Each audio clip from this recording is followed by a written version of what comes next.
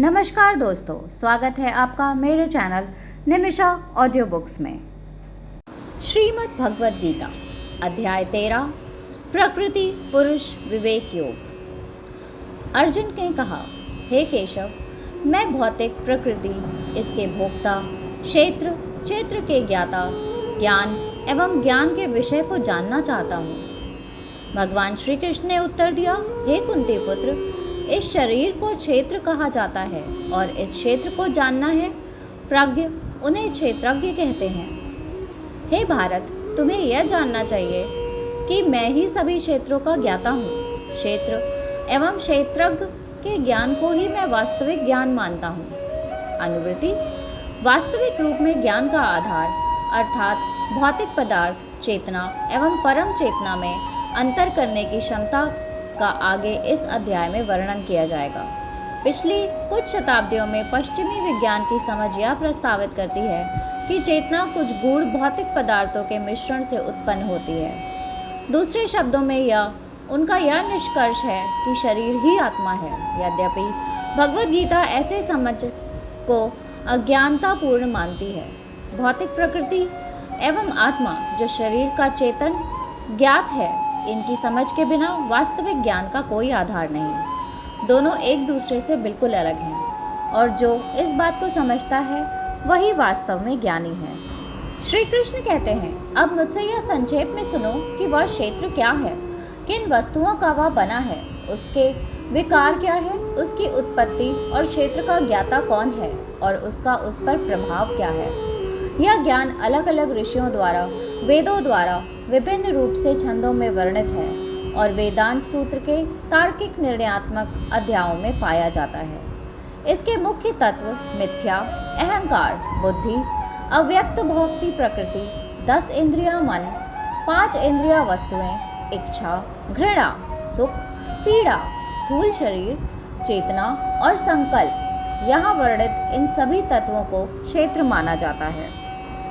इच्छाहीनता, विनम्रता, अहिंसा, सहिष्णुता, सादगी, आध्यात्मिक गुरु की सेवा, पवित्रता, दृढ़ता, आत्मनियंत्रण, इंद्रिय संतुष्टि से वैराग्य, मिथ्या, अहंकार का न होना, जन्म, मृत्यु, वृद्धावस्था एवं व्याधि का बोध होना, अनासक्ति, पत्नी, बच्चों तथा गृहस्थ जीवन के प्रति लगाव से मुक्ति, सुखी और संकटपूर्ण परिस्थितियों में सदैव समृद्धि बनाए रखना, मेरे प्रति निरंतर और दृढ़ भक्ति का होना, एकांत स्थान में निवास करना, जनसाधारण के लिए सामाजिकता की इच्छा से मुक्त होना, आत्म साक्षात्कार प्राप्त करने में दृढ़ संकल्प का होना, पूर्ण सत्य का ज्ञान प्राप्त करने की इच्छा रखना, इन सभी गुणों को ज्ञान कहा गया है और इनके विरोधी गुणों को अज्ञान कहा गया है। अनुवृत्ति, भौतिक संसार जन्म, मृत्यु, वृद्धावस्था और रोग का स्थान है और कभी कभी इसे मृत्यु लोक भी कहा जाता है। सभी जीवित प्राणियों की वास्तविक समस्याएं जन्म, मृत्यु, वृद्धावस्था और बीमारी है, चाहे वे किसी भी जाति, राष्ट्रीयता या धर्म के हों। कोई भी ज्ञान जिसका उद्देश्य इन दुखों की समाप्ति नहीं है, वह निश्चित रूप से अधूरा ज्ञान है। बेशक दवाएं, सर्जरी और चिकित्सा मशीनें हैं जो जन्म के दर्द को कम करती हैं, बुढ़ापे की प्रक्रिया को धीमा करती हैं, कुछ बीमारियों को ठीक करती हैं और मरने की प्रक्रिया को लंबा खींचती हैं, लेकिन ये केवल काम चलाऊ या अस्थायी समाधान है। व्यक्ति के जीवन के इन मूल समस्याओं का पहचानना चाहिए और जिज्ञासु होना चाहिए कि इसका वास्तविक समाधान कहाँ मिलेगा। आधुनिक वैज्ञानिक और दार्शनिक समझ के विपरीत भगवद गीता कहती है कि यह एक जीवन सब कुछ नहीं है और मृत्यु के बाद जीवन है। इस भौतिक दुनिया में आने से पहले जीवन था और यह जीवन अनंत काल तक जारी रहेगा। वास्तव में जो बदलता है वह केवल शरीर है। भविष्य में धर्मपरायण व्यक्ति के लिए उच्च लोकों में स्वर्गीय सुख को भोगने का जीवन प्राप्त होता है, जबकि अज्ञानी निम्न प्रजाति जैसे जानवरों या पौधों के शरीर को धारण करते हैं और योगियों एवं चेतना और परम चेतना के ज्ञान का अर्जन करने वाले भविष्य का अस्तित्व भौतिक जगत से परे वैकुंठ लोकों में होता है।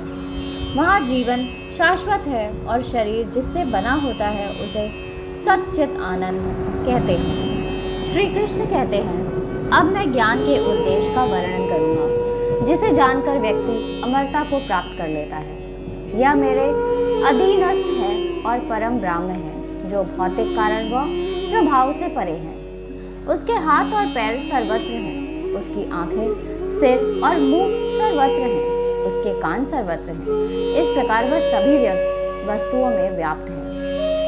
वह सभी इंद्रियों और उनके प्रकारों को प्रकाशित करता है। हालांकि वह स्वयं किसी भी भौतिक इंद्रियों से रहित है। वह अनासक्त होते हुए सभी का पालन करता है। यद्यपि वह सभी भौतिक गुणों से रहित है, तथापि वह सभी गुणों का स्वामी है। वह सभी चल व अचल प्राणियों में स्थित है। वह निकट और उसी समय दूर भी है, अतः वह अति सूक्ष्म और उसे पूरी तरह समझना कठिन है। यद्यपि ऐसा लगता है कि वह सभी जीवित प्राणियों में विभाजित है, वास्तव में वह अविभाजित है। वही सृष्टिकर्ता, पालनकर्ता एवं संहारक कहलाता है। उसे अंधकार से परे सभी प्रकाशमानों में सबसे तेजोमय कहा जाता है। वह ज्ञान, ज्ञेय एवं सभी ज्ञान का उद्देश्य है। इसी प्रकार क्षेत्र, ज्ञान और ज्ञेय के संक्षेप में समझाया गया है। इसे समझकर मेरे भक्त मेरे प्रति प्रेम प्राप्त करते हैं। अनुवृत्ति, जैसा कि पहले उल्लेख किया गया है, परम सत्य श्री भगवान की अनुभूति 3 चरणों में होती है: ब्राह्मण, परमात्मा और भगवान। प्रस्तुत श्लोकों में श्री कृष्ण ने जिसे वह कहकर संबोधित किया है, उसे अपने अधीनस्थ कहकर भी परम ब्रह्म बताया है। वे परमात्मा को इंगित कर रहे हैं। उनके हाथ, पैर, आंखों और कान हर जगह हैं और वे सभी जीवित प्राणियों के हृदय में स्थित हैं। वे पूरे ब्रह्मांड में व्याप्त हैं। वे स्वयं को सभी वस्तुओं के भीतर होने के लिए अपने को विभाजित करते हैं, फिर भी वे स्वयं विभाजित या क्षीण नहीं होते। वे अपना पूर्ण व्यक्तित्व बनाए रखते हैं। यह ईशोपनिषद के आह्वान मंत्र में बताया गया है। इसमें कहा गया है, परम पुरुष परिपूर्ण एवं संपूर्ण है, और चूंकि वे पूरी तरह से परिपूर्ण हैं, इसलिए उनसे उद्यम होने वाली सभी वस्तुएं, जैसे कि यह भौतिक जगत, वे भी परिपूर्ण एवं संपूर्ण है। संपूर्ण परम पुरुष से भले ही कोई संपूर्ण वस्तुएं उत्पन्न होते हैं, इसके बावजूद भी वो संपूर्ण बने रहते हैं। ईश्वर और उनका गैर अस्तित्व दोनों ही तथाकथित आस्तिक और नास्तिक के मानसिक भ्रांति है, जबकि भगवद गीता के अध्येता इस बात को जानते हैं कि भगवद गीता का विषय कोई भगवान पर शोध निबंध नहीं है। भगवद गीता एक प्रवचन है जिसका उद्देश्य परम सत्य का ज्ञानोदय है। परम सत्य में ज्ञात, जानने योग्य और अज्ञात, ब्रह्मांड के पहले, ब्रह्मांड के भीतर, ब्रह्मांड के पश्चात एवं ब्रह्मांड से परे की सभी वस्तुएं उपस्थित हैं। श्लोक 20 से श्री कृष्ण कहते हैं, यह जानो कि भौतिक प्रकृति और जीवित प्राणी दोनों का कोई आदि नहीं होता। यह समझने का प्रयास करो कि सभी विकार और प्राकृतिक गुण इस भौतिक प्रकृति से ही उत्पन्न होते हैं। यह कहा जाता है कि भौतिक प्रकृति सभी कारणों व परिणामों का स्रोत है। जीवित प्राणी स्वयं ही अपने सुख एवं दुख के कारण है। भौतिक प्रकृति में स्थिति जीवित प्राणी भौतिक प्रकृति से उत्पन्न गुणों का भोग करते हैं। इन गुणों के साथ जुड़ाव के कारण जीवित प्राणी जीवन की उच्च और निम्न प्रजातियों में बार बार जन्म लेते हैं। परम पुरुष, जिन्हें परम चेतना के रूप में जाना जाता है, इस शरीर के भीतर निवास करते हैं। वे सबके साक्षी, परम अधिकारी, पोषणकर्ता, पालनकर्ता एवं सर्वोच्च नियंत्रक हैं। इस प्रकार जो परम पुरुष भौतिक प्रकृति और भौतिक प्रकृति के गुणों को पूर्ण रूप से समझते हैं, वे किसी भी परिस्थिति में पुनः जन्म नहीं लेते। कुछ योगी ध्यान के माध्यम से हृदय स्थित परम पुरुष का अभ्यास करते हैं। कुछ अन्य योगी सांख्य योग की विश्लेषणा प्रक्रिया के माध्यम से, जबकि कुछ अन्य उन्हें कर्म योग के द्वारा अनुभव करते हैं। कुछ लोग ऐसे भी हैं जो इन विधियों को नहीं जानते, किंतु केवल दूसरों से सुनकर ही वे उनकी पूजा में संलग्न हो जाते हैं, क्योंकि उन्होंने जो कुछ सुना है पर उस पर उनकी श्रद्धा होती है, इसलिए वे भी मृत्यु से परे हो जाते हैं।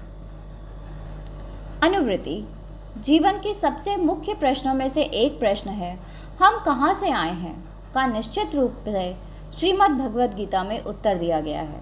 फिर भी श्लोक 20 में अनादि शब्द के प्रयोग से कुछ विचारकों को यह निष्कर्ष निकालने के लिए प्रोत्साहित किया है कि जीवात्मा सदैव भौतिक दुनिया में ही रहे। दूसरे शब्दों में, यद्यपि जीवित प्राणी शाश्वत है, वे भौतिक ब्रह्मांडों में ही शुरू होते हैं और सदैव भौतिक ब्रह्मांडों में ही रहते हैं। किंतु इस निष्कर्ष का भगवद गीता के पूर्ववर्ती आचार्यों जैसे कि श्री विश्वनाथ चक्रवर्ती, श्री बलदेव विद्याभूषण और अन्यों ने समर्थन नहीं किया है। उनके लिए अनादि का अर्थ है प्रारंभ विहीन या समय के शुरू होने से पहले।